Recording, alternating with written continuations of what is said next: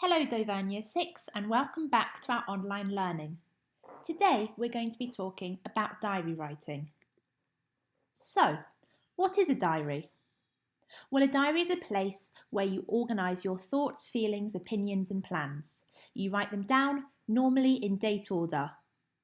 And your task for your literacy sessions this week is to imagine that you are a child in the Victorian times and you're going to write a feelings diary of 4 entries over 4 days, explaining how life is for you and how you feel working in the workhouse. So, the diary checklist. Some things that you should be including in your diary would include the date to show which day the diary is written about. The diary should be in first person, so you're going to be saying I and we, not he or she. It will be in the past tense. You might be reflecting on what's happened in the workhouse for that day. So you might be in bed at night thinking back to the morning and then during lunchtime, etc. You're going to be using informal language with a personal tone.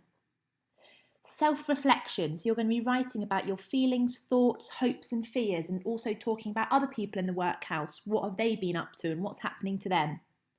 Rhetorical questions can be effective, different punctuation marks and paragraphs to organise it properly. Some other things, lots of these are similar, so follow a diary style. So you're going to start each entry, as I've said, with a date, but also with Dear Diary. And also make sure it's in chronological order, so it's in time order. So you might start in the morning and work through your day. Let's have a look at an example diary entry. Notice here how you've got the date, and it's an appropriate date of 1845. The Victorian era was from 1837 to 1901, so you've got to make sure that your date is between then. It starts with Dear Diary. I am sat in an overcrowded dormitory. We are supposed to be asleep, but I can't. It is too cold. It is extremely difficult to see the page. I am holding this diary up to the window so that I can see the light from the reflection of the moon.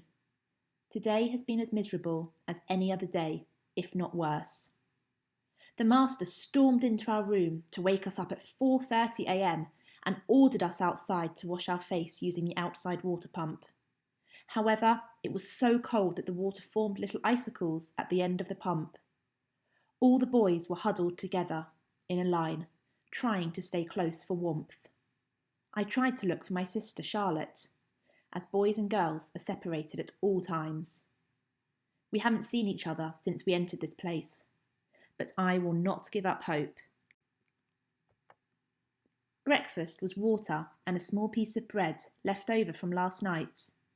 I can tell it was left over because it was extremely tough to bite. Soon after, we were ushered into the bustling workroom, where I was ordered to unpick old rope and separate it into threads to be resold. The material is so tough and scratchy that my fingers are crimson and blistered. The pain was so incredible that I wanted to cry, but I didn't dare. If the master catches somebody crying, he beats them with the cane. When will this end? I feel weak and tired. Sometimes I wish I could run out of the doors and escape, but the last boy who tried was beaten in front of everybody. I can still hear his cries. I had better get some rest. I will write to you tomorrow. Good night, from Peter. So you can see there that in that entry, you've got lots of emotive language. So some of the words that I've put in bold is just to show you some of the language that has been used. So things like miserable, they were huddled together. They weren't asked to wash their faces, they were ordered to wash their faces. Saying the pain was incredible. They're weak and tired. I can still hear his cries. It really makes the reader feel sorry for these people, and that's what I'm wanting you to do. So, some vocabulary ideas to get that emotive language across. Some feelings words, you could say things like miserable, fearful, exhausted, depleted, troubled, terrified, drained.